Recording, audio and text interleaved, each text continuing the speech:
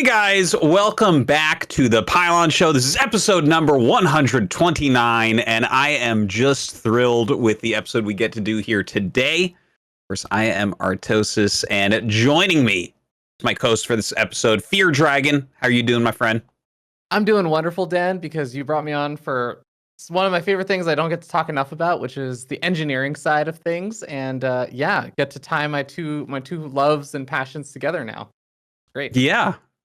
No, it's going to be an awesome episode because we are talking with some of the Frost Giant guys here once again.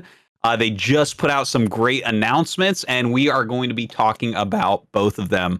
That's working with alongside Dreamhaven. We'll talk about that first, and then we're going to jump into talking about utilizing the Unreal Engine, and also show some footage that hasn't been seen yet by the public. So that's going to be very exciting. But first, let me go ahead and introduce these guys. First up, we got Kevin Monk. How are you doing, man? Welcome back. I'm doing great. I get my 3 punch card today. So I'm looking forward to what I could redeem down the road. I was the lead co-op designer for StarCraft 2, and I am currently reprising that role at Frost Giant. I know this is going to be an engineering focused show. It's going to be a little out of my depth, but I'm just here to hang out, you know. Well, it's so far out of my depth that it's kind of hilarious. So you and I will, for parts of this, just sit on the side and watch these other 3 talk quite a bit. I have no doubt. Yeah, know nothing about engineering. High five. Yeah. Just kidding. Wait. There we go. I was trying to Idra. Well, you definitely did. I was going in the wrong direction here. All right, excellent. Thank you for coming back, Austin. Long time no see, man. How are you doing? Can you introduce yourself a little bit? Hey, yeah, I'm Austin. I'm super happy to be here. I'm the lead server engineer at Frost Giant. Before that, I was a server engineer on StarCraft 2 for about 3 years. Intern before that. Before that, I was UGC content creator for StarCraft 2 as well. So yeah, I'm just super stoked to be here. This is my first time on the Pylon Show, so Yeah, great. Yeah, welcome, man. Great to finally have you on. And James, it's also your first time on the Pylon Show. Can you introduce yourself for everyone? Yeah, sure. I'm James, longtime Blizzard employee. I worked on things as far back as some of our Super Nintendo games there. I was a lead engineer on StarCraft 2, both on the engine and gameplay side. And then when we did Heroes of the Storm, kind of the shared tech between those 2 games. And most recently, I've been on the shared. I was on the shared engine team at Blizzard. Awesome. Well, I guess we have a lot to talk about, so let's just jump right into it. The first subject, which I think is probably a little bit shorter than the Unreal Engine subject, would be the collaboration, I guess we should call it, with Dreamhaven. This was one of the biggest questions when you guys originally formed, and we had a bunch of you on the Pylon Show before talking about the future of RTS, what Frost Giant's trying to accomplish. The fact that, of course, Mike Morhaime went and kind of made another game company as well in Dreamhaven. There was like a lot of speculation, like, oh, how is this different? Like, are you guys going to work together? Are you going to combine? What's going on with that? So maybe you guys could just speak a little bit to what this is looking like, this collaboration. Yeah, sure. So in short, the partnership between Frost Giant and Dreamhaven is going to be that Dreamhaven will be advising us on a variety of topics. So those include marketing, general gameplay, and also technical aspects. So just in general, how to make a game, because I don't know if you guys have heard, this is a pretty hard topic. So for example, they'll do regular play tests with us. They'll come down to our offices, which are coincidentally only 2 blocks away from their offices sometimes. And we're just going to have some fun. They have some of the biggest names, not only from Blizzard, but just in RTS in general. Of course, Mike, one of the most respected leaders in the industry, and a huge, huge fan of RTS. I think just that entire team has a lot of RTS roots to its core. And that's a large reason why they want to help us. Not only do we have Mike, we have Chris Siggety, of course, who is kind of like the head of StarCraft for the longest time. So just a lot of great industry veterans that we can't be more happy to work with. I know James probably has some more personal experience working with them. Yeah, I mean, Mike's huge fan of StarCraft 2 in particular and RTS in general. And I think I think he probably personally just wants to really stay involved with RTS, and and those guys will listen to anything that they say. Yeah. That's definitely something that I can agree with. Like I've gotten to spend a lot of time with Mike Morhaime, and he is definitely a gigantic RTS fan, which is hard to come by with video game company CEOs, I must say, with the lack of RTSs that we see in the space right now. But it's really great to see, I guess, the collaboration, because that was kind of one of the funny things to see, right? Like it felt like half the people that were involved with StarCraft went to Dreamhaven, and the other half went to Frost Giant. And there was like, it was like, oh damn, are we like splitting everything up, like all the good minds in RTS creation? But it seems like they're going to be helping. I mean, the collaboration, is this, how much is this something that's going to like improve the product you guys are making, do you think? Yeah, so to be completely transparent, we just kind of inked this deal, and we haven't been even working in the offices yet. So we haven't actually started the collaboration in full yet. Once we move in, actually 2 weeks from now, we're very excited about working in office again. Again, there'll be just 2 blocks down the street, and I'm sure we'll see a lot more collaboration then. But until then, we're just excited for not only for we're just excited to have them try out our game and give us all this advice. And one real benefit that I think a lot of people don't think about is that we at Frost Giant, we're still a pretty small studio. And back at Blizzard, we had a lot of benefits of being a large studio. And what Dreamhaven gives us is it kind of gives us almost the both worlds, in which we get our independence as a small studio, but at the same time we get the scaling and kind of the industry experience that comes with large studio management. Yeah, and I gotta say, I kind of like the idea of having both those worlds, because this is definitely something, as someone that's, you know, been heavily involved in the gaming industry for more than 20 years now, I look at when companies do so well for a little bit and then they get too big into the too big studio thing, and it all becomes about profit, not about passion. But it sounds like, you know, you have this passionate startup in you guys, and then all the passionate minds over at Dreamhaven collaborating into that and like getting more manpower than maybe what you expected because of that. It just seems like a huge win-win for the RTS genre.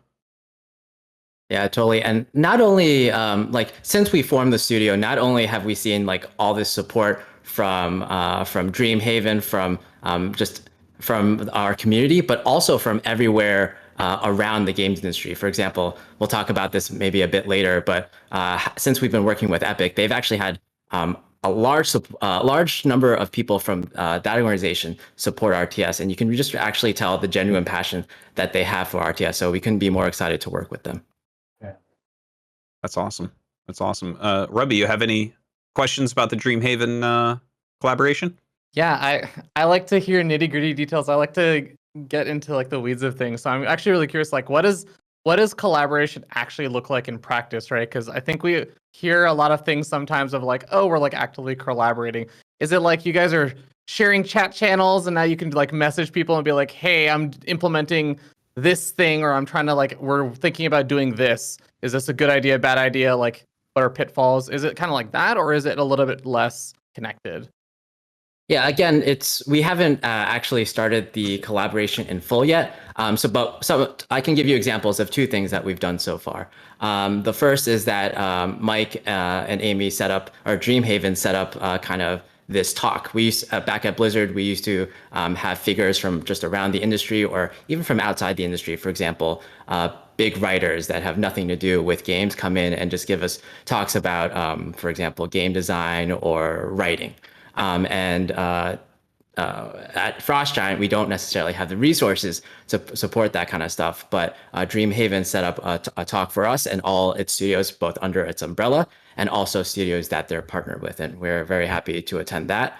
Another way in which we're currently collaborating is through charity initiatives. You might have seen throughout the Twitterverse that Dreamhaven, and not only Dreamhaven, but Amy Orheim specifically, has been kind of spearheading this Children's Hospital of Orange County initiative.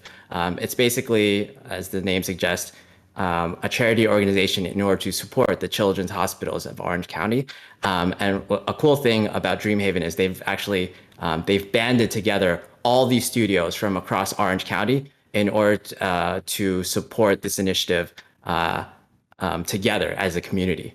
So I'm going to shill a bit here, but if you want to support this initiative, you can actually, and you're a fan of Frost Giant, you can actually purchase a Frost Giant shirt right now, one that James is modeling over there. At store, I hope I'm getting this link right. Tim, please correct me if I don't. I'm sure he's listening. Store.frostgiant.com. Okay. Yeah. And James can correct me there. Or James Really can support me there. complicated URL there. Yeah. Good job. Took a lot of brain power to remember. But basically, all the proceeds of those shirt sales will go directly to supporting the Children's Hospital of Orange County. So yeah, we're very excited for that. It's really cool to hear, actually, that it's not just you guys as well. It's a bunch of other smaller game studios that are kind of partnering up. It seems like such a different way to do things than what you hear about in gaming news so often, right? It's like you hear about Activision Blizzard and EA and all these just mega studios pumping out these games. But to hear that there's a bunch of like smaller, passionate ones that are kind of pooling resources when a lot of the game industry seems to think that they're all competing, I guess. Do you guys not feel like there's some sort of competition going on here? Yeah, I don't think we see ourselves in competition with even other RTS games. I think the more RTS games, the better. I think, and in my time at Blizzard, I don't feel like we ever felt like we always loved everybody's games, and we just wanted to play games and make games that people wanted to play. And so the more games, the better. The more RTS games, which is what we're here to talk about, the better also. Mm-hmm. That's a great attitude. Love to hear it. Anything else, Robbie, that you have about Dreamhaven? Or No, I'm just excited to see what comes of it. yeah, no, me too. It's a great piece of news. I know, as you guys have mentioned, it hasn't like super formally started since you're not in your offices, but really looking forward to seeing what that brings. Now, that being said, I guess that we'll jump over into the Unreal Engine type of news, because this one is actually in a lot of ways a bit bigger, and we have some really cool stuff in here as well. You guys are in a little bit going to show us a video that the public hasn't seen yet, but before we like talk specifically about the Unreal Engine part of this and the way that you guys are going to utilize that, I kind of want to hear, how did you guys start working on StarCraft 2? Like, what did you do on it? What features were you responsible for? That type of thing. I guess Austin. Yeah, sure. Go ahead. Yeah, so I guess for me, I was a map maker in Warcraft 3, and I knew I always sort of wanted to work on games. When StarCraft 2 came out, or I guess before StarCraft 2 came out, I got a illegal copy of the beta, started making maps. And from there, I just decided I needed to go to school for computer science and try and land a job making games. I applied for the Blizzard internship every year I was in school. And finally, in my last year, I got an internship on the StarCraft 2 team, which favorite game of all time. So it was sort of like a dream position, and did server stuff for a few months. And at the end of that, I got an offer, and jumped on the StarCraft team and haven't looked back ever since.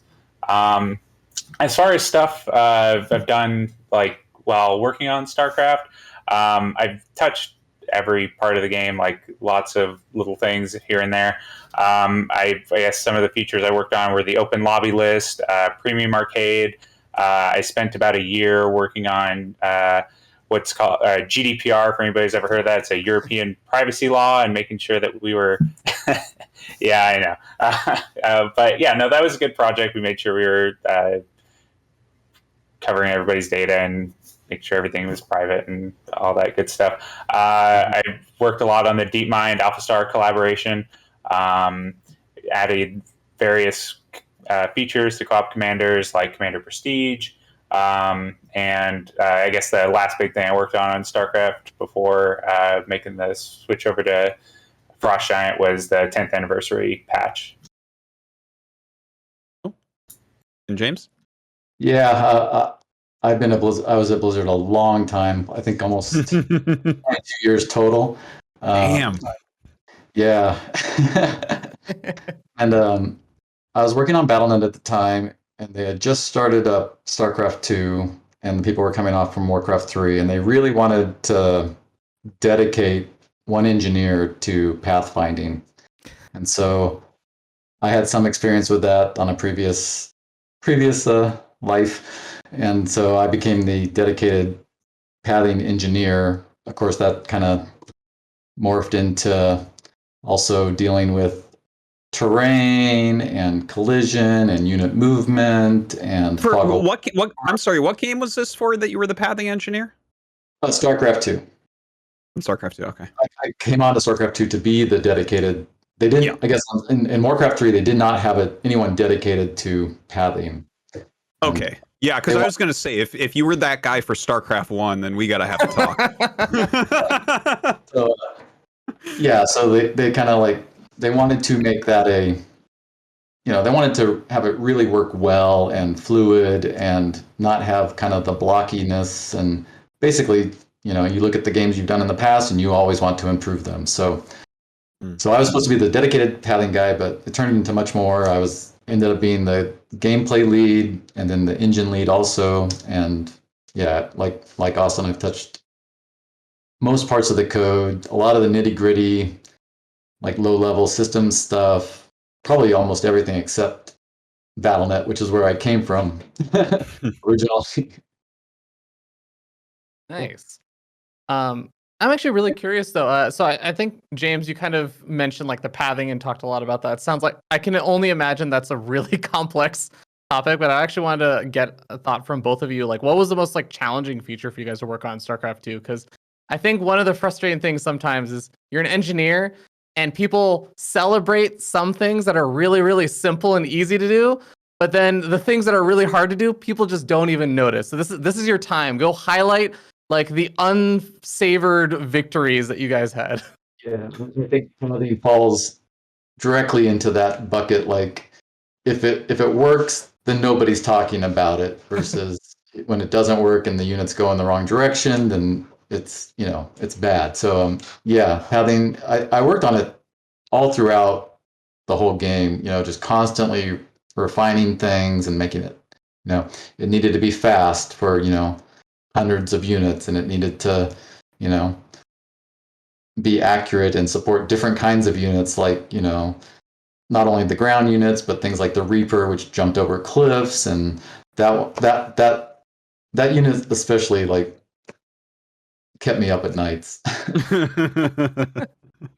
I bet it still has bugs occasionally where it's doing the long jump. I'm sure you guys have seen that where it's just like, whoa, it could get up there like that. That's crazy.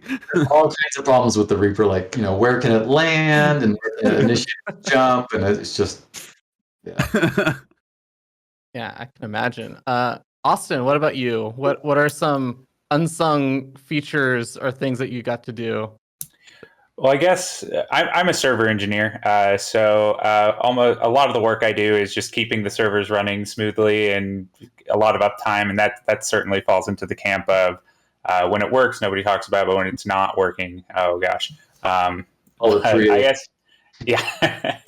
If I were to pick one feature, it would probably actually be something pretty recent. Was that we added for the 10th anniversary patch, which was map-to-map loading. We added it so that basically a UGC creator could specify to transition like a group of players who's playing one map into a different map and keep everybody networked and together in the same game session.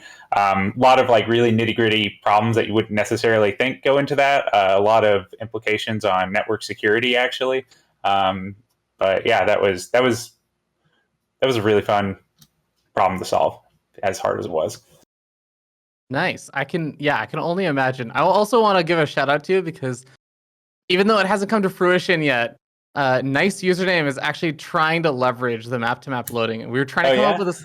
So there's like an untalked about problem in esports where people create lobbies for like a best of 5 series, and people just get left out of like game 2 or game 3.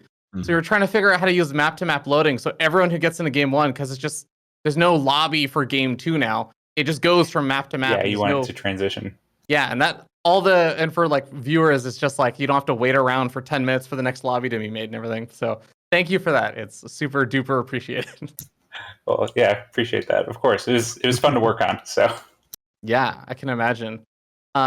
James, so I think one of the things you mentioned that you were working on was like the pathing and stuff. And I think anyone who's played StarCraft for more than probably 5 to 10 minutes versus like any RTS probably has noticed how this is unique. And everyone's very immediately grateful that your units don't move quite like a Dragoon or something in Brood War. And I think the term that I've like heard, and I think you guys have mentioned, at least in our pre-show notes and everything, was like flock pathing. So what is like flock pathing, and what was like this pathing solution that you basically specialized in? Well, there's kind of like two different parts of it. There's kind of the unit movement, and units kind of flock together. There's something called Boids, B-O-I-D-S, created by Craig Reynolds, I think, and it's kind of like a way of units to move together like in a flock. Like so, like you see birds and they fly together, and they're not like there's no like overmind controlling all these birds, right? They just know kind of how to move together, and so that's part of it. That's kind of the movement side of it, and then there's the pathing side where we actually plan a path to go around obstacles and up ramps and whatnot, and it's basically we plan a path on a triangular mesh of the world and using standard like things like A star, but obviously highly optimized for and really kind of the thing I always try to do is like really specialize the solutions towards the game that we're trying to make. Like in StarCraft 2, we decided that units would push other units out of the way instead of path around them, and so we didn't have to. So that was it. That was like I feel like that was one of our best decisions early on in the pathing realm. Yes. Yes, as someone who plays StarCraft 1 every day, yes, that is a wonderful part of StarCraft 2. So I think for like, oh, go ahead. No, so that's good to hear. So for a lot of people who may not be engineers and stuff, because I think like path finding in game development is like a very well talked about thing. A lot of people know about it, or a star search and everything. For people who aren't necessarily engineers, like what is so hard about pathing, especially like in an RTS when you have lots and lots of units and stuff on the screen? It's time consuming, especially when you have lots of, like if you have 10 units, it might be very easy and quick to find a path for each of them. But if you have 1,000 units, then it's going to take that much longer. And then world size, like if you double the size of your world, it actually takes 4 times as long potentially to do a path than it would if the world is half the size. So there's these things in programming where when you double the amount of units or double the size of the world, things take longer than double, and that's like a constant problem that we have to solve. And what's like the time for when you talk about, oh, you need to like solve this problem for each one of these units of like how do you get from point A to point B? Like what's the time frame that you're dealing with? How fast do you actually have to solve these things? Yeah. So in StarCraft 2, the game loop runs 16 to 20 times a second. So that's roughly 60 to 16 or to 50 milliseconds for everything in the game.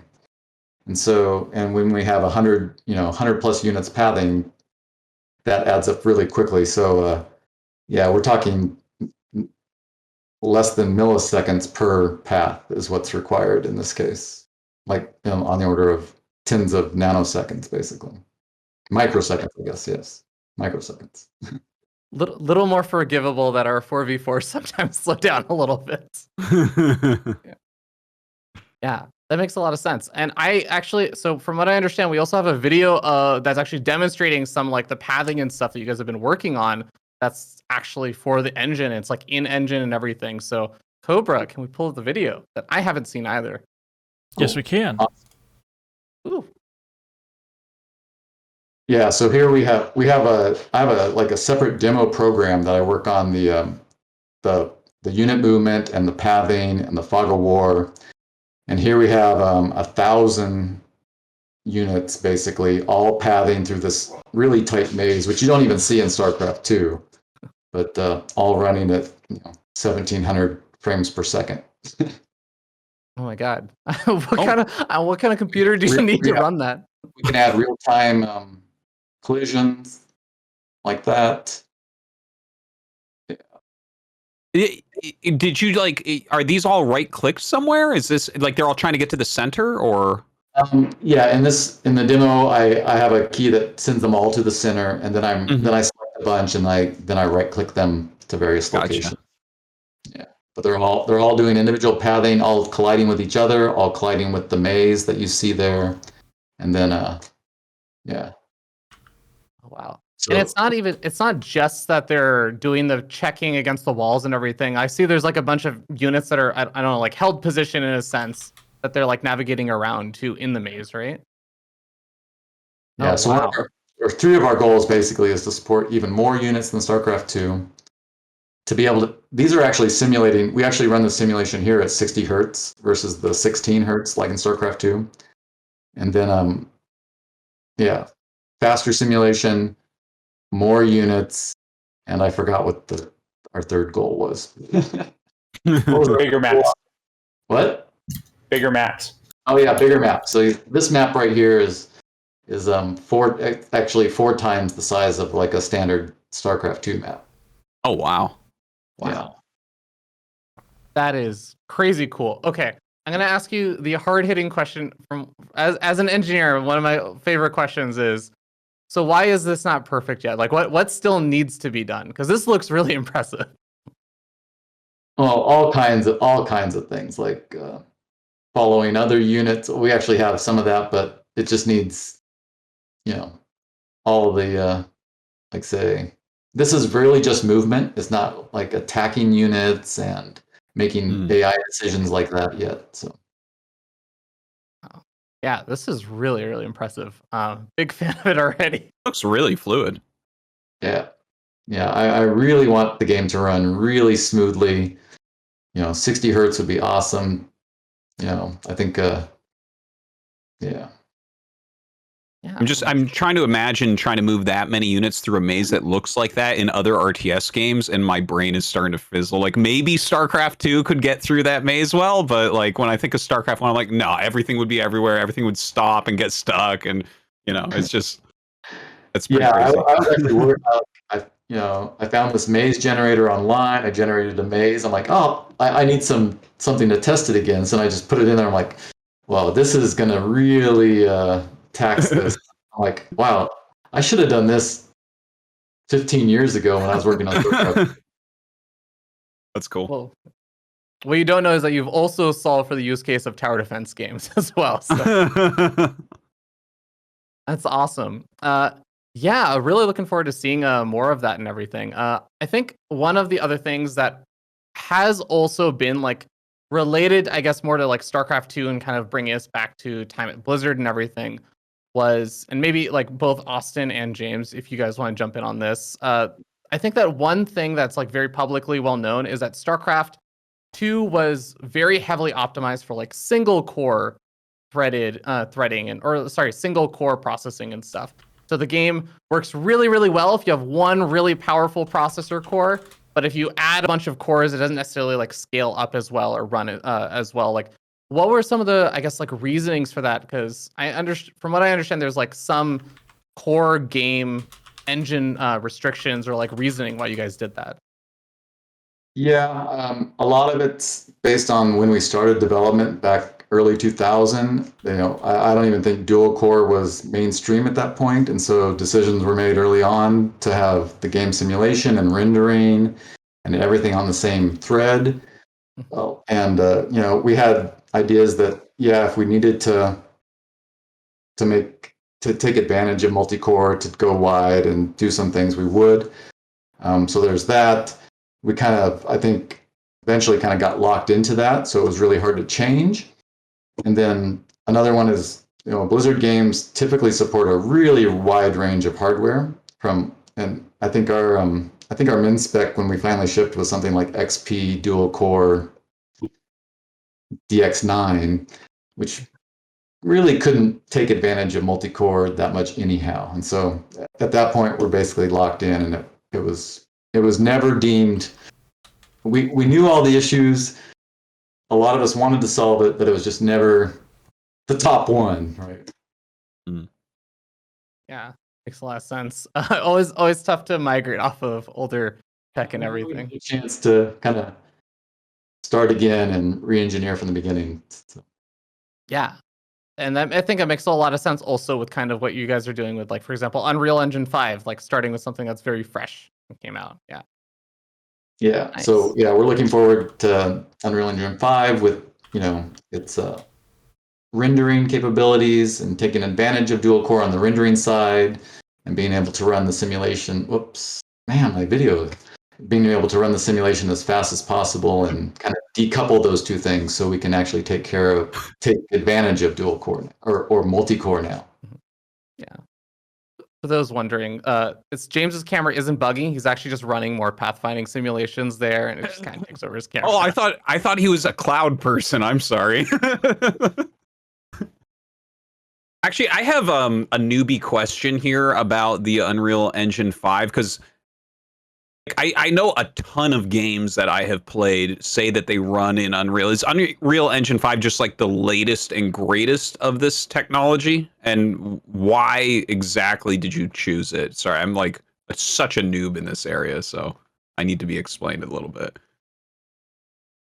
You want to take that, Austin, or you want? I mean, I guess just the simple answer is Unreal Engine is just a really awesome engine that's industry standard. It gives us a lot of tools that we can use out of the box. I guess if I had to pick like one really awesome thing about it, it's that like already it's allowed us to iterate with game ideas like really, really quickly, especially design. Like it's really fast to go from an idea to something you can play. And I think that's really the biggest advantage of Unreal. But really, just it's really customizable. You can do whatever we want with it. It's open source. It's just a good piece of technology that solves a ton of problems for us. That so we can focus on like actually the core game that we're trying to build. And yeah, well, I guess I remember because last time we were on the Pylon show, that was one of the big things you guys were all talking about, like what is going to be used to actually make it. Is it going to be Unreal? And then there was a list of some other ideas as well, or I don't know. So I didn't really understand what you were looking for in it, but Yeah. all right. I think just within the industry, Unreal is regarded as one of, if not the most respected off-the-shelf game engine for AAA games, so basically large-scale games. And to speak to Austin's point, I think as a designer coming from the StarCraft 2 engine to Unreal, it's definitely been a lot easier to onboard to Unreal, simply based on the fact that there are so many tutorials and so much information on the internet on how to do everything in Unreal. Whereas the StarCraft engine was definitely more of a insulated environment where you had to either ask someone personally or figure it out yourself. Gotcha. That totally makes sense. One of the interesting things about the Unreal Engine, though, is like, I think as Kevin, you were saying, it's one of the big standards for AAA titles and everything. It's like heavily used. There's a lot of information about it. But one thing I have to imagine is that RTSs are kind of unique in games because it's kind of a different setting. Like you have like a far higher kind of scope view for an RTS where there's lots of units. Like, what are some of the challenges that come with like retrofitting RTSs into the Unreal Engine? I guess for me on my side, the biggest thing, the biggest challenge is really the network architecture. Unreal comes out of the box with some really awesome tools for building a game in what's called a client-server network architecture, which you can kind of think about as you're playing the game.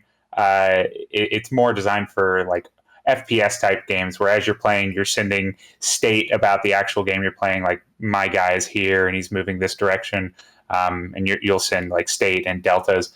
And that works really awesome for FPS games where you have like a finite number of players that are in a certain area that you need to be really snappy and responsive.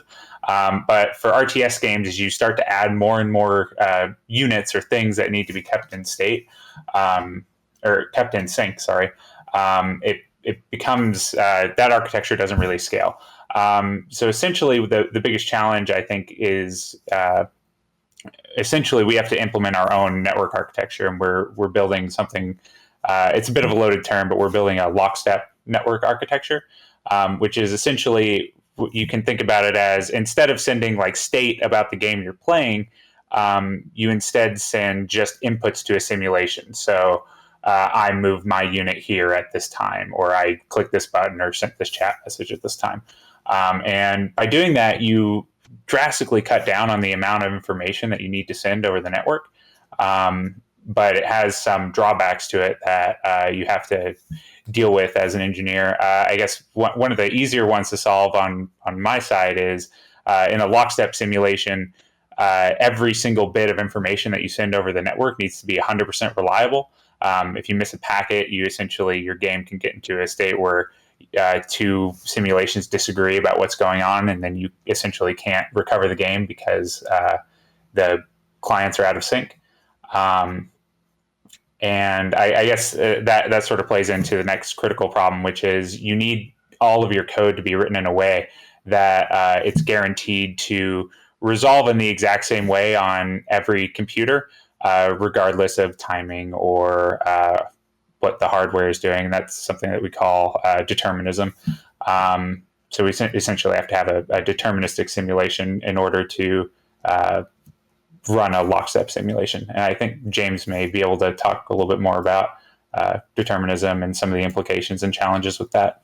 Yeah, really quickly, just to determinism is- clarify for like non-engineers and stuff, Austin, I want to make sure that we, like, people who don't know as much about all this stuff can also follow. Would you say it's kind of like if you had like a chess game or something, and basically it's like if let's say, you have white moves, black moves, white moves, black moves, but then you miss two of those moves, the game won't make sense anymore, right? And like one player basically just has a different chessboard, right? Yeah, that's exactly it. And that's the classic example. Like you can think about it. I talked about client server. Like you would, in a client server world, you would take a picture of the chessboard and send it every turn. But in a lockstep world, you say like knight to A4 or whatever the move you're making each turn. I always say like it's like playing chess over a telephone versus watching it on TV or something, right?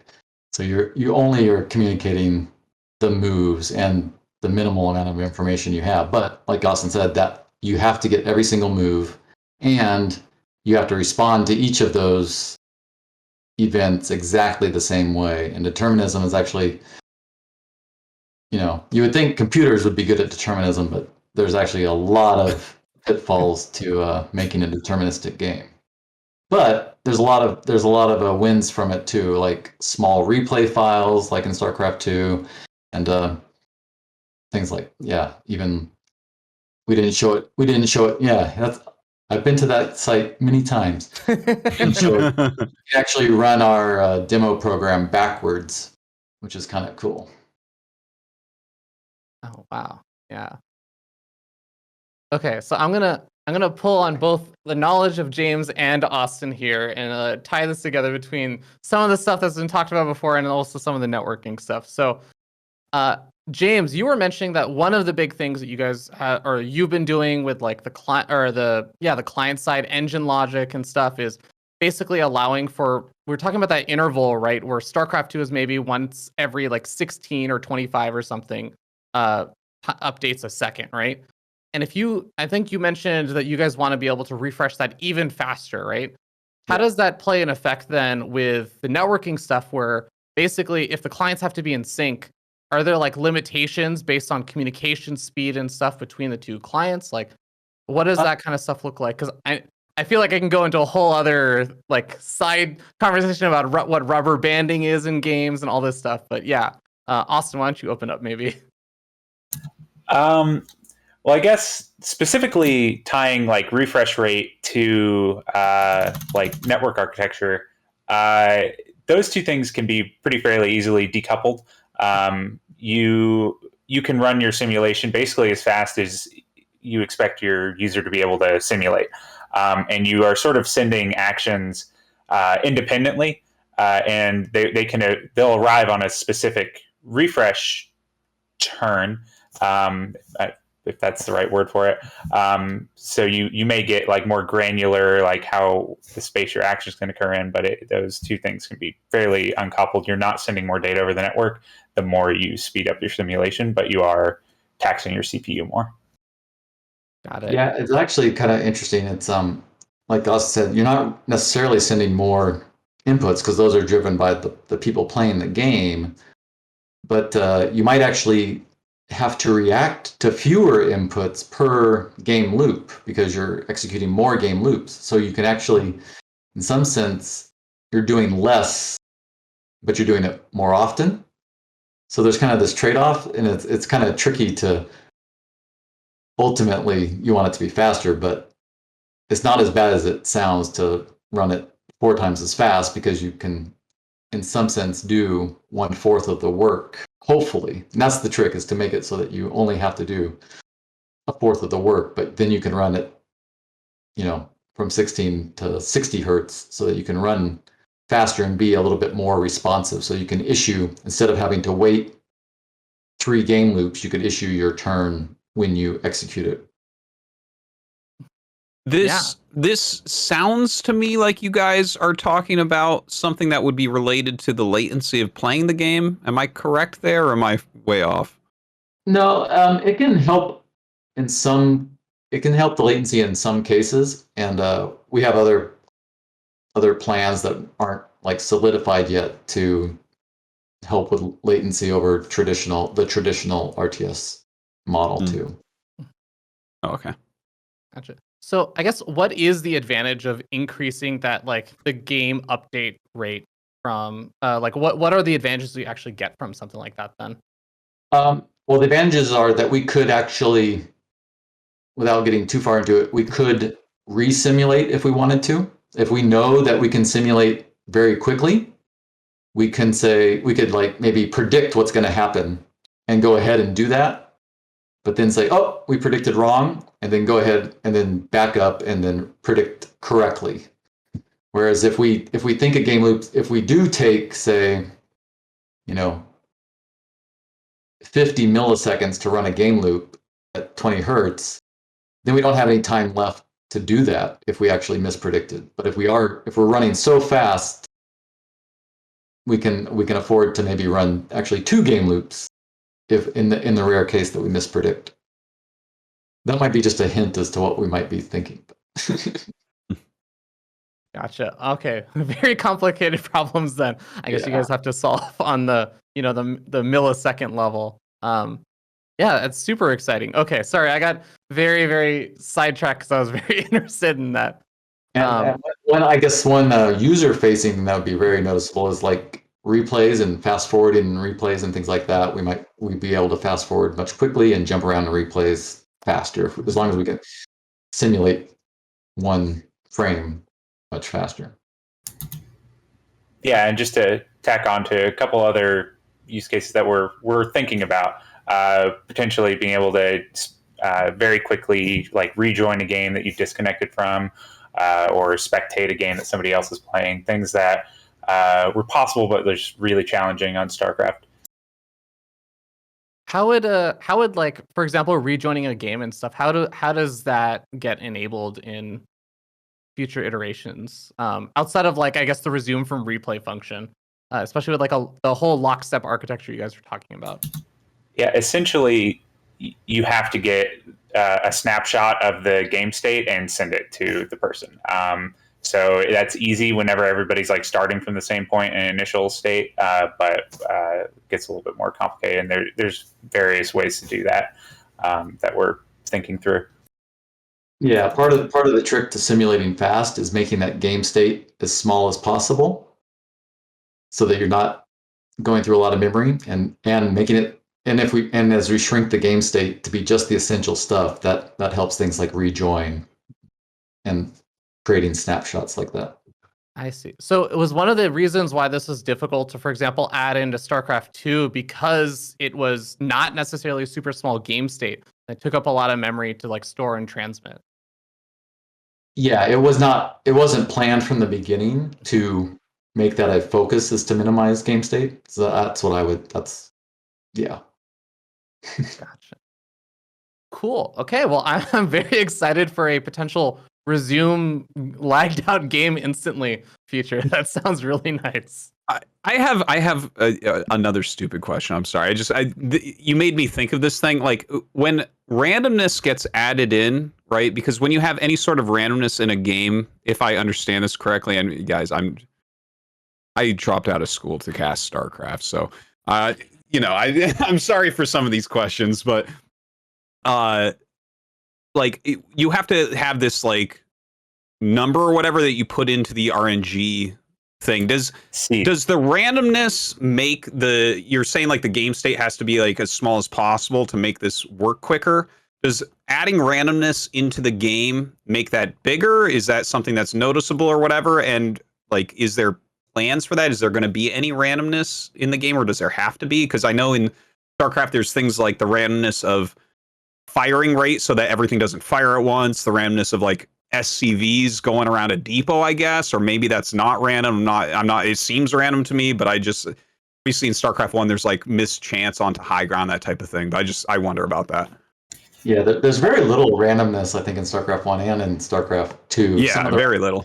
Some of the randomness you see is we actually kind of stagger what units do so that they don't all do the same, like all big game blue. If we have, if 100 units start pathing, then maybe only 25% of them execute on this game loop, and then the 25% on the next one, and so forth. So we kind of stagger things like that. And adding randomness it's like you said, it's on computers, you basically start with a number and you do some mathematical operation on it and you come up with a pseudo random number, and that's all. That's the game state that you need. And in a deterministic game simulation like this, we don't actually even have to send that. We don't have to send that state across the network because everyone will roll their dice in the same way on every computer. Oh, okay. Gotcha. Cool.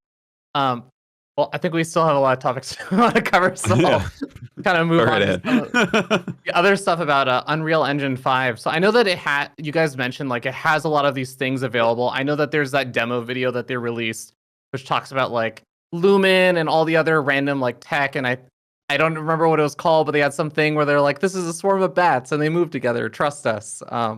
Like, are there any specific things that you guys are really looking forward to or excited about with Unreal Engine 5 that's going to empower you guys to do special things? I think, our currently we're using Unreal 4, but I think we're looking forward to graphical fidelity for sure. I mean, that's probably one of the biggest things that we're looking for. And then continuing just the ability to iterate very quickly on design using Unreal. Gotcha. Yeah, that makes sense. I think we didn't really discuss this, but the kind of public announce for Unreal 5 just came out, I believe, last Wednesday. So Unreal 5 is kind of what I would consider in a beta test right now, where they kind of released an earlier release version, and people are just trying it out right now. So there are actually no games in the world that are made with Unreal 5. Currently, as James mentioned, we're prototyping in Unreal 4, but for our actual game, we'll be switching to Unreal 5. Cool. I think just last week or something they made a Unreal 5, the first version available, and so we've just started scratching the surface there. Nice. Cool. Well, I won't be the consumer that says, all right, well, when's it coming? So let you guys do your work. It kind of brings up the point that you guys are still pretty early on in a lot of your development process. And I feel like I will say as an engineer, I feel like I have it easier compared to folks in the game industry and everything, because when I think about problems that I have, it's, if we start working on something, usually for a lot of people in the engineering space and stuff, it's like, You've been given designs, you've been given like something to go implement. Here is your concrete thing. This is the feature we want. We want you to create like a checkout flow. We want you to go, make this art asset or see something, right? There's a deliberate, clear, defined ask. You guys don't seem like you're operating exactly in that territory. It kind of seems like you guys are starting a development. You're working on the engine, you're working on the networking and everything, but you guys haven't quite flushed out all the details of what's going to be asked of you in the future. How do you manage that? How do you kind of build with a huge undefined future? I think a lot of it is the experience we bring to the table from working on games like StarCraft 2. We know the basics that we need, and so we're able to implement like the pathing demo that I showed you and the collision and whatnot. We know we're going to need all that, and we kind of have ideas as to how we want to make it, expand on what a game like StarCraft 2 could do, like with higher units and faster rate and bigger maps and things like that. So we know what we're doing there. And then on the other side of it is design, being able to use Unreal and really flush out kind of what makes our game, unique and our RTS, our vision of an RTS. But yeah, I don't know I don't know where you work, where you get detailed, super detailed design documents and people just work on what they're told. That wouldn't necessarily be the game. That wouldn't be the company that I work at. Yeah, that's totally fair. Austin? Yeah, I mean, for me, it's just, there's a lot of stuff that we don't know yet, but there is just so much stuff to do that we do know that needs to be done. Like building a game, there's just so much that goes into it. There's so much core tech. So, I mean, we're just starting there and start iterating towards what we think is fun. Yeah, totally. And I was about to say, and it's so nice that Kevin is here because the next thing was going to tie into that. It's the opposite end of it. How do you also, while managing all the stuff, like the many things that you guys have to do for just building the absolute ground level building blocks, how do you also empower other developers or like at the company, like Kevin or something, who may want to like actually use some of the things that you guys are building? How do you help them kind of iterate and work with the stuff that you're building? Yeah, so I guess part of that, Unreal helps with that so much. That's a big one. But I guess a little bit more detail about the setup that we have. We essentially right now in our prototype that we're working on have like two systems working in parallel, and one is just stock Unreal using that client-server network architecture I talked about earlier. And that's like super well built out because it's Unreal Engine and everybody can build their games in it. And then the other side of that is the Lockstep architecture that we're building and the deterministic simulation that goes along with that. And sort of that's more of our long-term goal that engineering is focusing on building. But it exists in parallel with stock Unreal currently. So we're sort of we maintain the boundary between these two systems, but it sort of allows for design to go crazy and do whatever they want, and it also lets engineering focus on the future tech that is going to eventually ship with our game. Yeah, right now our prototype uses our deterministic simulation for all the movement and the collision and the pathing, but uses Unreal's blueprint and all that to make like gameplay decisions, which then it sends on to the simulation. Gotcha. Nice. Yeah, I think that division makes a lot of sense. And when you guys are doing like your work and stuff, what does like day-to-day basis stuff look like? I think you guys have kind of already talked a lot about like the stuff that you guys are working on, but what is it like working on all this stuff so early on in the process? It's been interesting and fun. It's like it's kind of going back to a small company is kind of, it's freeing in a way, but then it's also like what you're saying is like, oh, I don't have this, I don't have this, I don't have that. That's where Unreal has really kind of like, it's like, oh, but we have Unreal. The designers don't have to wait for every single engineer to be able to do something. So it's been really good. And day to day, it's like we kind of plan out like what we're doing for the week, but then every day it changes. So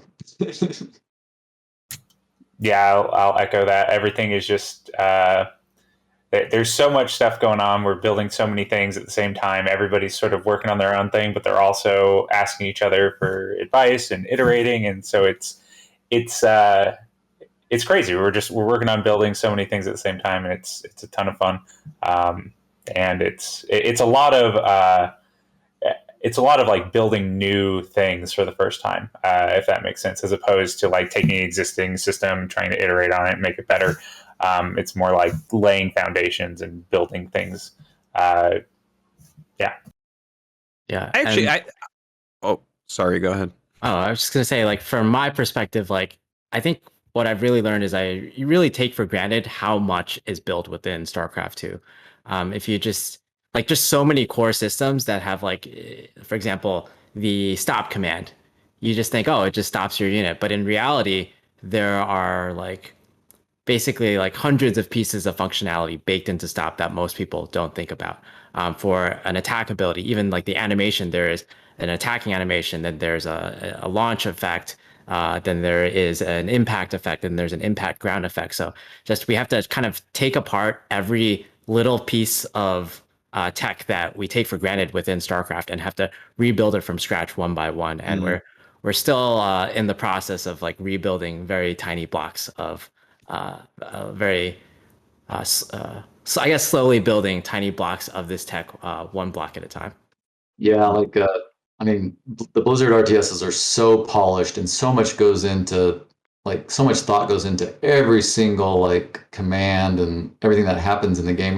We used to joke like, how does anyone ever finish an RTS game like at another company? How does anyone ever make an RTS game? Because there's just so much you have to like take into account, from like what happens on a stop command versus, oh, if I have the fog of war and line of sight to this unit and then I lose line of sight, what happens? And all these like little tiny edge cases that have really been polished in the game like StarCraft 2. It's quite, I don't know. It's StarCraft was is probably my favorite game of all time, and I'm glad to have this opportunity to kind of make the next RTS that's going to be of that quality. Yeah, you asked like, how do other companies ever make RTS? I'm like, which companies? Tell me. I want to play some. It seems like there's just so few compared to other genre types. Like other engineers would like bring up some problem, or like, oh, like, okay, how are we going to solve this? And like, wow, did they solve this in this other game? Like, how did they do that? How did they solve it? Yeah. So the funny story here is, I originally got the idea to pitch this show idea, this like engineering and RTS show idea, from a previous episode that you did, Dan, with Too Good. He was making his game Diabolical, and he mentioned in his Pylon Show interview that their team had actually considered making an RTS before, but they realized that they did some investigation and they realized, oh, like this is like way too difficult. The scope is way too large. So they moved on to an FPS, which is like, especially within the Unreal Engine, it's a lot easier to make an FPS in that engine. Yeah, it seems like that is one of the things that is holding back RTS development, which is great to see you guys doing it. Something that kind of struck me when on Fear Dragon's like previous question to you guys, it almost seems like the work you guys are doing are almost like the bones of the RTS of the game. Is this like something that you guys have to get to a certain stage to before the other like employees at Frost Giant can really get to their jobs? Because it seems like everything is kind of built off of what you guys are doing. That's sort of true in a sense, but like we mentioned before, like Unreal really helps with that problem a lot, and also the dual approach where we have like Unreal running in parallel with our deterministic simulation right now, and the idea is we can do whatever we want with stock Unreal and slowly start moving our stuff over as we can build it in a way that it can be like a permanent solution. that's one, like, we want to be able to stay ahead of what design needs and art needs and things like that. So we're laying the foundation so that they're never blocked. Mm-hmm. That's good. I don't want to act like you guys are blocking anything. It seems like it's so integral what you're doing that I wonder about that. One of the things you also mentioned, James, which I think is very resonant with most people who look at Blizzard games, is that like polish, especially for like large studios and everything. That's one of the things that sets them apart. Are there any kind of like development practices or things that you guys are still just getting used to for working, like kind of like you guys are saying, like, oh, we don't have this big company and RTS is so hard. How does anyone make these? But we still have to do this, and thank God for Unreal. But like, what else? What else helps you guys through like those crunch moment, basically? I don't know. I can say the things that we miss is like, we don't have a QA department helping us. Their QA at Blizzard is super integral to making the games that you guys play and love. Like, they just, it would not happen without QA, basically. And so we don't have that currently. We will have that in the future. Things like constant integration and testing and things like that are all things that a small company doesn't necessarily have right at the start. But we've kind of I feel like we've learned a lot of those lessons and that they're very important, so that we will do them sooner rather than later. Because they're when you're at a big company, oftentimes it's like, there's deadlines that you have to get to, and even these things that you think you should, it's like, oh, I should do this. This will save time in the future. But it feels like you don't have that luxury to like implement those things that will save you time in the future sometimes. And so I feel like now with this restart, we can kind of set us up for some of those things. Yeah, and go ahead. Yeah, I was just going to say that like the benefit of working at a large company such as Blizzard is that there are just so many large departments dedicated to very specific things. We had a marketing department, we had a community relations department, we had an esports department, we have finance, we have HR, we have a cinematics department, like James said, QA, we had customer support. We had like BattleNet, for instance. Like, I could keep going on forever. And at Frostgiant, we don't have a lot of those roles, especially as we're starting out as a smaller company. So one thing we've had to do is we've each had to kind of tackle roles that we don't traditionally do. So, for example, right before the Pylon show, I had to hit tweet and retweet on some of our social media. So that's, you could say, is a downside of working in a small company. But the upside of that, or the downside of working with so many departments, is that often when you're working with a lot of departments, there are a ton of email chains that get very convoluted. And I'm sure this happens at every company, but one downside of Blizzard is that oftentimes these emails, like, you have to kind of, okay, how I would phrase it is that there's a Blizzard core value that I really like, which is that every voice matters. And I like that core value a lot because it's so true, both from a positive aspect and a negative aspect, and that maybe too many voices matter in certain cases. And simple tasks can get bogged down by, for example, approvals, or like it doesn't meet everyone's criteria within every department within the email chain. And for us at Frostgiant, we kind of get around that by like only a few people are working on any specific project at any given time. And also, like, if we like have some issues with the project itself, we can just kind of like turn around in our desk and be like, hey, what's up? And have a real conversation, as opposed to going through that email chain once again. But on the contrary, we don't have that safety net of being able to, it's like, oh, if one of us out on vacation, well, that's, that's a large part of the staff already. But yeah. Yeah. I'm not going to ask you guys for timelines, because that, I'm sure, is something that no engineer or designer or anyone who's working on something wants to give.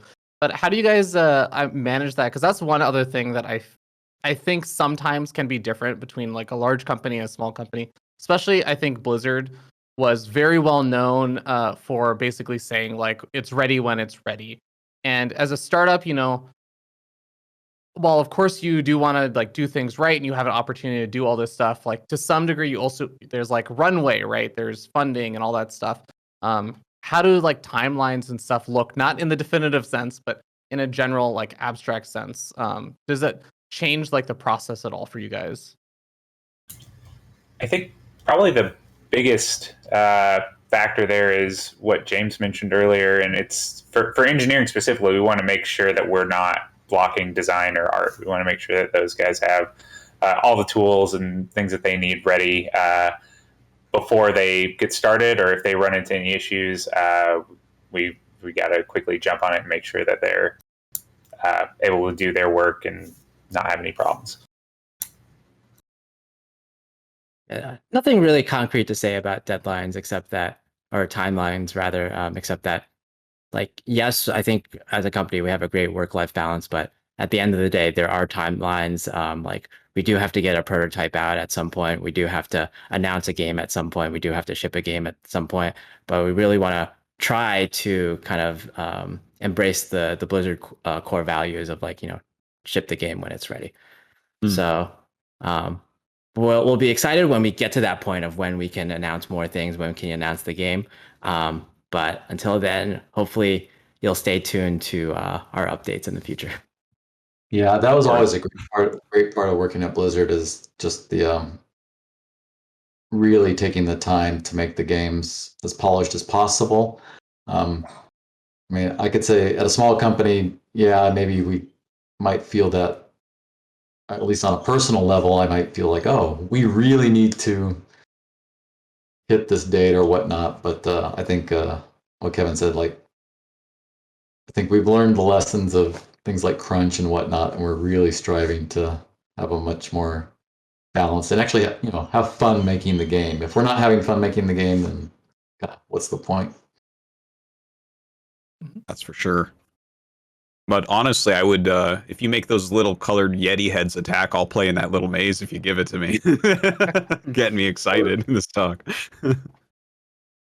Yeah. A little Yeti maze game.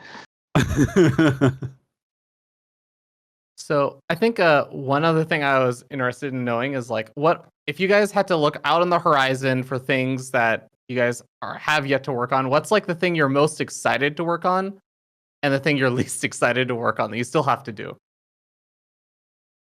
I haven't really thought of that, but it's actually been kind of nice to kind of be able to architect some of the first stuff that's going into our demo that we showed, but then having another one of our engineers be able to kind of flesh out that architecture and not have it to be, oh, I don't also have to write this and this and this and this. I can have someone else's ideas influence it and then build off of that. I guess for me, okay.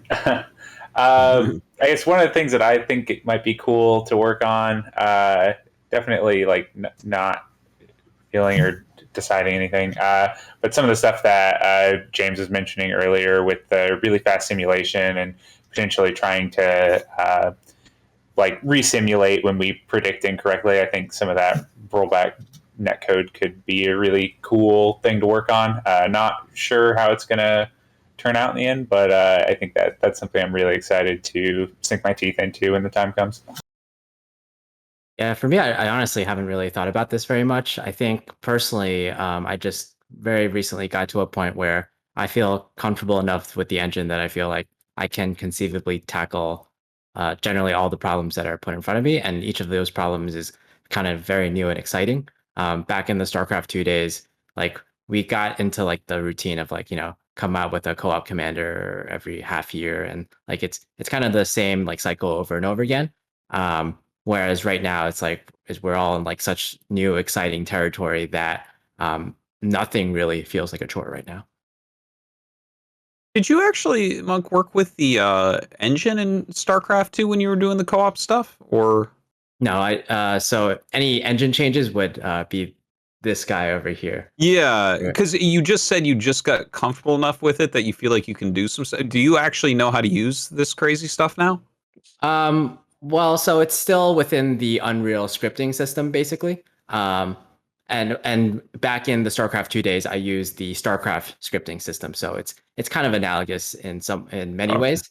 But again, like I mentioned before, it's a lot easier to learn Unreal system rather than StarCraft system, just because of the amount of documentation and the amount of like YouTube videos and tutorials that are out on the internet. Okay. And I actually have one more dummy question here for you, Austin. Like when you're making the bones of a game like this, you mentioned that StarCraft 2 is like one of your absolute favorite games ever and kind of a dream job to work on that. Yeah, like, favorite game can of all you, time. this is going to sound really ignorant probably, but like, can you like feel the difference? Like, is it more exciting to work on the bones of an RTS as opposed to like an FPS game? Like, is it something that while you're sitting there doing it that you're like, oh yeah, no, this is my thing right here? Yeah, 100%. That's exactly Okay. exactly what it is. Like, yeah, like I really I like being able to know that like what I'm building is something that I would enjoy playing. I think one of the coolest like feelings of like game development is like I'll write a piece of code and then I'm the first person to like hit the test button and see it in action. And most of the time it doesn't work exactly how I want it to, but when it does work, it's pretty awesome. It's magical. Awesome. All right. So, is there anything else that you guys want to share that we've missed upon before we jump to some community Patreon questions? Did we miss a big area that you guys wanted to talk about or anything like that? All right. All right. To let everyone know, if you have any questions for these guys, go ahead, jump over to the Patreon, patreon.com/the Pylon Show, or just thepylonshow.com, and you can drop a question. Of course, have it be related to this. Don't ask them why Byun hasn't won GSL or something like that. That's not useful for this for this setting for this particular show. But all right, let's jump over to a few community questions here. First up, from Codiferous87, he asks, what is one of your early StarCraft 2 community memories that always makes you smile when you think about it? Not someone winning a game or a tournament, but a good interaction with a person or people in the community that you still love to remember to this day. And he says, you too, Cobra, much love, guys. Yeah, I mean, you guys worked on StarCraft 2 quite a bit. So is there any like interactions that kind of come to mind as like, this was great? Oh, one of the favorite things on StarCraft 2 was when we announced the game in Korea. That was and the whole team to Korea to do it, and that was pretty special. And just seeing, I mean, here you hear about how popular the game is there and whatnot, but you don't really know until you're there, and it was pretty awesome. That was a magical moment. Like, I wasn't in Korea for that, but I remember the next day, I was like, Mom, StarCraft is on the front of yahoo.com. It's crazy. Just seeing that Tychus video play, and Yeah. it was like, yeah, I don't know. It was pretty cool. That's awesome. I guess for me, I'll go back a little further to before I even worked at Blizzard. I had my internship. Not quite as glamorous as the StarCraft launch in Korea, but I remember at BlizzCon, I would try and like find the StarCraft devs and talk to them every year. I just remember there's some devs I just like got to have conversations with, and just to have really cool conversations about like, oh, could you guys add this thing to the editor that I really want, or can I like, why haven't you fixed this thing? And like, and also questions about like, hey, I'd like to be in game development. Like, what should I do? And I ended up like having conversations with the same guy a few years in a row at BlizzCon, and he ended up being one of my engineers that I worked with during my internship. It was just really cool moment at BlizzCon. Getting to talk to StarCraft devs, that's definitely got to be up there as one of my favorites. For me, it was probably on my first trip as a dev. I got sent to Germany to the Gamescom game convention. And during that convention, it was during it's a very long convention, like a 7-day convention. And during one of the last days, someone one of my coworkers found me, and she was like, "Oh, I have this like lady who's been like looking for you all convention." I'm like, "Oh my God, it's a little scary." But she found me, and she was like, she just wanted to show me like um, a picture of her son, who she named Zeratul. Um, I'm like, oh Crazy. my God. I'm like, oh my God. People are like such big fans of this game that they named their children after StarCraft characters. And this is the first time I had heard of that. I got a picture with that. And that is definitely one of my fondest memories as a StarCraft dev. All right. How about you, Fear Dragon? Do you have an answer for the question? Oh man. Actually, you know what? I do. It's the first time I met Artosis at an event. It was at a BlizzCon. Do you know the story? Do you remember this, Dan? Do you remember what you said to me? Please let us all know. Okay, so it's after BlizzCon. You know, we're all at the bar. I won't say which one, but we're all at the bar, kind of celebrating. I see Artosis, and I'm still just kind of like lowly amateur, commentator and stuff coming up in the scene.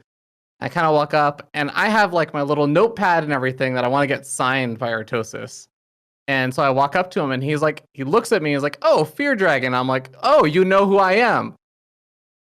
And then I think Dan just looks at me and like looks at Todd, who's sitting next to him, and is like, "Of course I know who I am."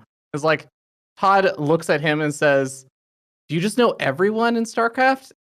Dan just responds with, "I am StarCraft." And he does this maniacal laugh that I will never forget. And I was like, holy cow. I love this man. Yeah, I'm a dork. Cobra, how about you? Do you have any StarCraft memories that really make you smile? Oh. Cobra. It would help if I unmuted, huh? It would have to Yeah, I be think definitely the going to the first BlizzCon and meeting the people online that are in Twitch chat that recognize you, seeing your favorite commentators and everything. This was before Pylon show was ever started or anything like that, but just being able to see the community in person and interact with them was huge. That's something that you can't really replace, and then everything grows from there. You make connections, you make new friends. It's yeah. That's about it. Yeah, I mean, I have almost too many memories about the StarCraft community that make me smile when I think about it, because it's been my life for like more than 20 years now. So I don't know if I have a specific one, but yeah, now that you guys have all talked about BlizzCon a little bit, I'm like, oh yeah, those are good times, especially considering I've been trapped for a year and a half in Korea without being able to fly anywhere and see any of my friends. So there's a lot that come to mind. But thank you, Codiferous, for the nice question. We also have one from Polly, who asks, what game genre would interest Frost Giant besides RTS? Like, if you guys needed to do another game, let's say that you finished your RTS game and you've decided to move to another genre, what would that genre be that would actually interest you guys to dive into? Probably a little too early to think about that, but the honest answer is probably we would make the Warcraft 3 to our StarCraft 1. If that makes any sense. Oh, okay. Yeah. Like a different flavor, like a completely different flavor RTS. Yeah, you kind of cheated there, but I'll take it. Yeah, I think just our studio is like built so much like foundationally on RTS that it would be hard, at least. Well, I can't speak for like maybe like 5 or 6 years down the road, but I think in my mind currently it's hard to think of Frost Giant being anything other than RTS right now. Okay. Yeah, definitely. Okay. I like games with lots of units in them, fast games, and multiplayer. So I'm totally with you guys. But listen, after you create your killer RTS game, go make a cell phone game and become billionaires. Okay, that's you deserve it. Does tower defense count? I don't know if that's. I know, right? Yeah, no, that's another good one. Always was a fan of Plants vs Zombies and stuff like that. All right, we have another question here from Optional Player. He says, I love StarCraft 1 and 2 with all my heart, but my first love was with Westwood Studios. Their demise became Blizzard's gain with an opening for Dreamhaven and Frost Giant. What about Westwood, the company or their games, would you consider bringing on board to your games? And no, I'm not asking for FMVs. What's FMVs? I don't know. Mobile vehicles? Maybe it's the miners. That's the MCV. Oh, MCV. Okay. Yeah, it's different. Oh, it's the videos, full motion video. Oh, got it. Wow. Those Gotcha. Okay. those are actually the best. That's my favorite part of the Command and Conquer series, the cheesy videos. Yeah. Oh my God. Yeah. No, I recently rewatched some of that as they remaster that CNC game, right? And it's funny to watch those old ones. Yeah, For the time, I guess you release that nowadays, and it's like, yeah. I guess the answer to that question is so to whoever asked that question, Optional Player. I think you'll be glad to learn that we have 3 devs at our studio who have worked on CNC, including our CEO, our president / game director, and our lead producer. So I hear a lot of CNC inspired ideas all the time. Mm-hmm. I'll just keep it at that, I guess. Yeah. Okay. I don't know speculate, but yeah. Gotcha. Yeah, I think a lot of us on the team really like CNC games as well. I played Red Alert 2 before Warcraft 3. It's an awesome game. Yeah. I don't know how much of a controversial. A lot of Command and Conquer at Blizzard back in the day. Yeah, totally. And I don't know how much of a controversial opinion this is, but I feel like Westwood Command and Conquer games and Blizzard RTSs are kind of very similar in vein. They both follow the same concept of build a similarly sized army out of these buildings, and even though the resource gathering is a little different, there's still workers that you go out and you mine with. Just generally, it's a lot of similar concepts, and they kind of draw from each other a bit. Yeah, I mean, obviously they're both RTS. They're similar. I think there's some differences in kind of UI and how you build your army, and I think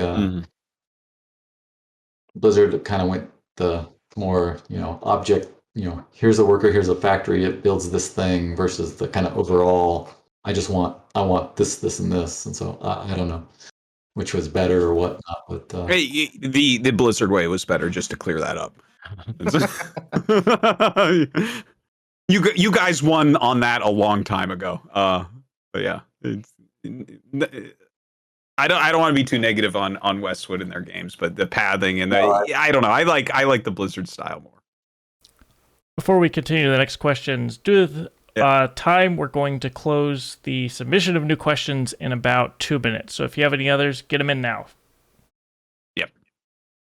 Okay, let's jump to the next one. Thank you, Optional Player, for the question. Aaron McLeod asks, with Frost Giant choosing to use Unreal Engine, are there any downsides to this decision when it comes to building the type of games that you have in mind? Is there anything where you're like, oh, we left this on the table, but it's a fair trade or something like that? I don't know. The thing that comes to mind is the Lockstep or the client server network architecture that we're not able to fully leverage. But really, I think that that's more of a feature of RTSs being unique and not so much I don't know any engine that would be able to get us what we need out of the box. Yeah, no alternatives. We'd have the same situation with any alternative. So. Okay. Thank you for the question, Aaron. Pulse asks, hey guys, loved the show. One question regarding Lockstep networking system versus client server architecture. Does StarCraft 2 work as Lockstep? If so, wouldn't a negative of Lockstep be rubber banding? Did you ever run into that issue while working on StarCraft 2? If so, how did you resolve it?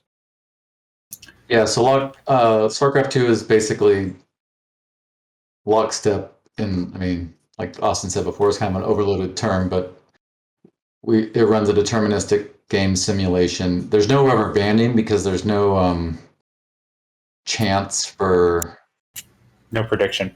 There's no prediction. It would actually wait for the the next turn to come in before it actually did anything. So there's no chance for rubber banding. Okay. That's that. I'm sorry. Oh, when I read this, it was like I was reading a different language. So is that the answer to the question, or do I move on to the next one? Yeah. You might have to worry more about rubber banding in a client server game. Yeah, for sure. Like yeah. Cool. All right. Thank you, Pulse, for the technical question. Some Drunk Canadian asks, apologies if this has already been answered. What is the team's approach to the UI and functionality for casters and tools they can use to better relay what is going on in the game? Units lost, production tab, etc., etc., etc. Sending much love from the HP of the Fear Dragon Simps Club. There are dozens of them. dozens. Yeah. So yeah, one nice thing about Frost Giant is we have one Ryan Shooter, aka Gameheart, aka the creator of Gameheart. It's kind of a Frankenstein kind of deal right there. Is he the monster or the scientist? But yeah, he kind of revolutionized how StarCraft or esports UI works in StarCraft. And for this very specific question, I realized that I was not very well equipped to answer this question. So I asked Ryan directly, and I will give you his answer, which is, quote, "We definitely learned a lot in StarCraft esports about improving spectator experience." He's like literally typing this out right now. "And we definitely want to start from the strong place we had in StarCraft 2. But there were definitely a number of areas we think we could improve. Both tools help communicators get access to more information they may want to discuss during the match, and tools for observers to call out different things going on and to call attention to them both for the benefit of casters and viewers. Gameheart experimented with many things, like drawing tools and other features, that didn't end up working out for one reason or another, but there are a lot of things that could be explored and revisited." Awesome. I would love a drawing tool in the game. That would be really cool. As a caster and analyst of RTS games, that would be amazing. I've always wanted to do something like that. Dan, you should actually go ask Ryan, because there literally, I know there's a StarCraft 2 mod where he actually did implement drawing tools onto the Really? map. Draw on the Oh, map. that's sick. It was a mod. Oh, yeah. That's awesome. All right. Thank you for the answer, Ryan, who isn't on the show technically, but I guess is here in heart. All right, and now we have from Neosteel Enthusiast, Frost Giant.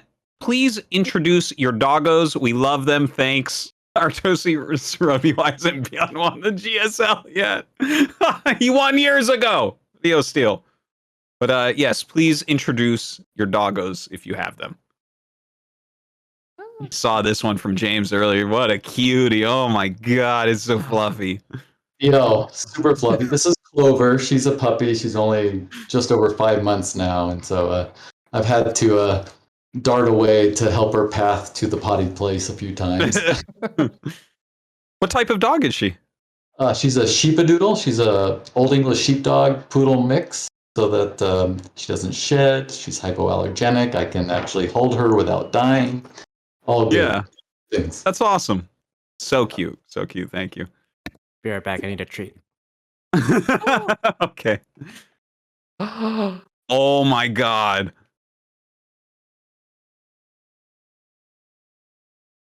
So This is cute. Chio. This is my girlfriend's dog, Chio. Hi, Gio. Awesome. You guys have excellent dogs.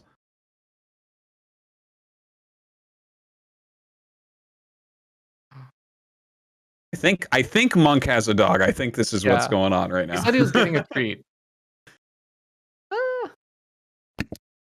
He's currently enjoying a treat right now, but this is actually not my dog. I'm just taking care of a dog who is my friend's dog right now.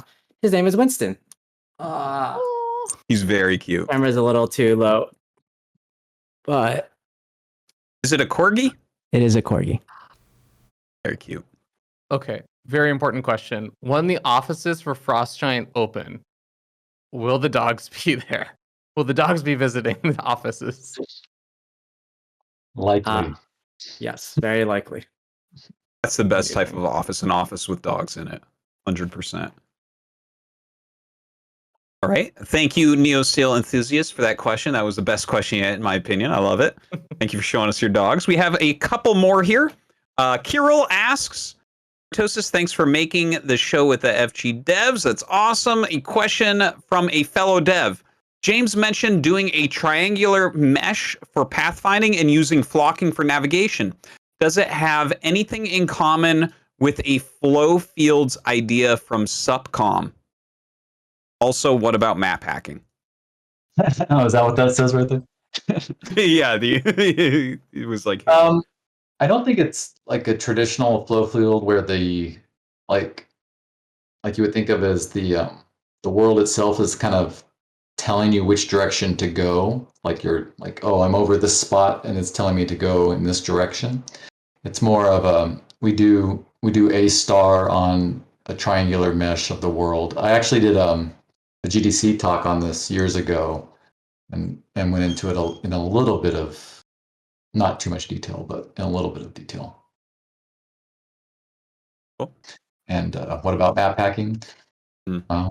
Fog of War, you're going to have map hacking, and we have ideas of how to do some anti-cheat from things that we learned at Blizzard, and we will pursue those also.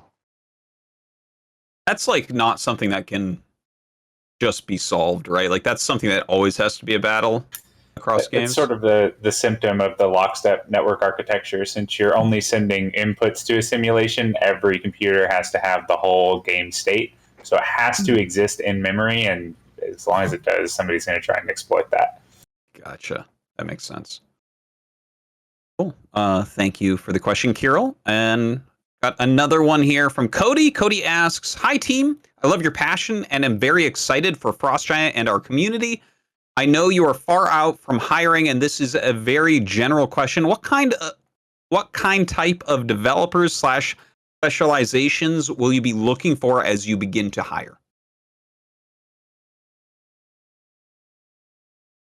Well, all right. So we definitely revealed that we are working with the Unreal Engine. So if you are familiar with Unreal, that's definitely an opportunity for you to join the company. But right now, I would like to advertise that we are currently looking for a concept artist and a technical artist to join the company immediately. So those are kind of two open positions we have right now. But I know the engineers are also looking for possibly some positions. James or Austin? Yeah, we're always looking for people, especially Unreal experience would be awesome. Anybody who has RTS experience or any other kind of a deterministic game experience be awesome. We just hired. We are working with a guy who. Where is he from? From Germany, is that right, Kevin? He's from Germany. Yeah. Yeah, he's from Germany. We actually we hired a guy part-time recently who worked. Yeah, he started this Tuesday or Wednesday. I'm not really Talked to him for the first time today. Yeah, exactly. He was the basically the lead on a game you might have heard of called A Year of Rain. Yeah. Yeah, I think I tried that for a day or something. Yeah. The cool thing about him is he has a ton of experience not only on like how to build an RTS in Unreal, but also the pitfalls of building an RTS in Unreal. So his experience will be able to guide us through as we are building our game. And good thing, Cobra, you reminded me that in order to apply for the position, you can just go to www.frostgiant.com and you'll see these lovely links with this lovely art of our Yetis and hard hats and berets. And through here, you can apply to our company. Excellent. All right. I think that does it for the Patreon questions. I believe that's all that we have there. That's it. That brings us to the end of the show. Guys, this has been fantastic. I feel like I learned a lot, although I'm probably misunderstanding parts of it. Thank you so much for coming on. I guess we'll just go around. James, anything you want to say? Any closing words before we go? No, just thank you for having us here. This is the first time I've actually done anything like this. I'm usually kind of behind the scenes and just working, and so it's nice to have a chat like this and get some of our ideas out there, and especially get questions from the community. It's awesome. Mm. Thank you. Oh, it's great to have you. Actually, I've been glancing the chat. A lot of people very excited to hear from you guys. Austin, what about you? Anything? Any closing Yeah, thoughts?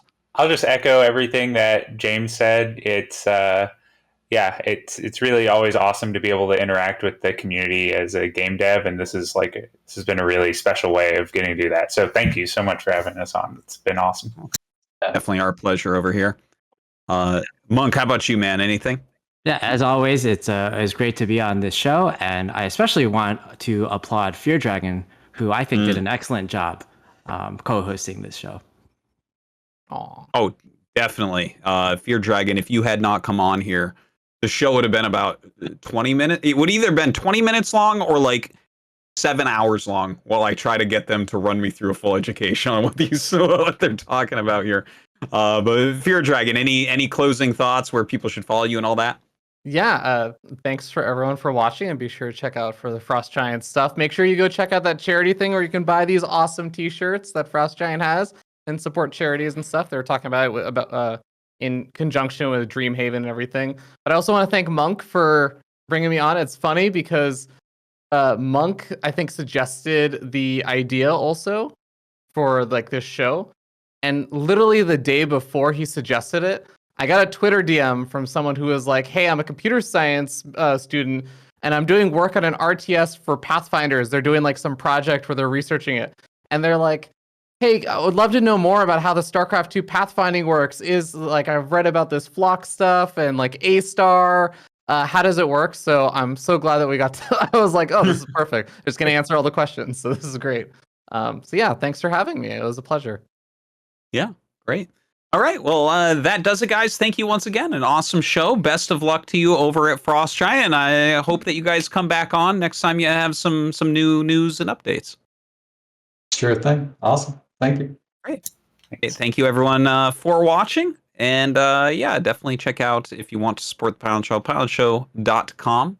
And that's about it. Thanks for watching. We'll see you next time.